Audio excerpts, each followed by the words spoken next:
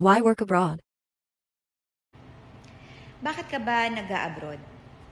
Bakit ba nagsasacrifice ka sa ibang bansa? I'll go first. Ang hirap mag-abroad, lalo na wala kang kasiguraduhan kung suswertihin ka ba sa pag-abroad mo, di ba? So, kung suswertihin ka sa pag-abroad mo, well, I am so happy for you. Kasi isa din ako sa nag-abroad. I'm here in the US. At sobrang lungkot dito, lalo na pag mga Pasko, birthday, pag minalas-malas ka pa, pag namatayan ka pa ng mahal sa buhay.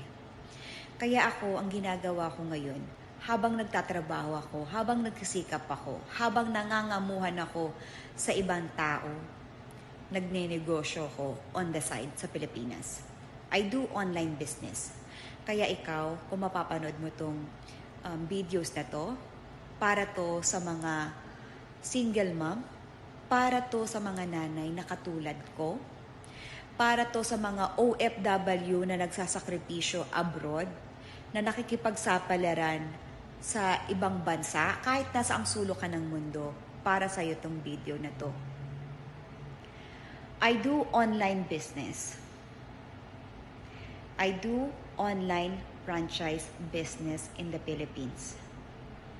Ang kagandahan ng negosyo namin, it works 24/7 at kahit nasa ang sulok ka ng mundo, magagawa mo tong negosyo to. Alam nyo ba na kakastart ko pa lang December of last year. Pero kumita na ako ng 124,000. Hindi mo kailangan tutukan, hindi mo kailangang 8 hours doon sa business na yun. Kasi yung shop link mo, gumagana siya 24/7 at yung shop link mo manggagaling kay company. Sila ang gumagawa ng sarili mong shop link. Alam niyo yung potensyal na nakikita ko sa negosyo to? Ito yung magiging dahilan kung paano ko magiging makakasama ko na yung pamilya ko sa Pilipinas.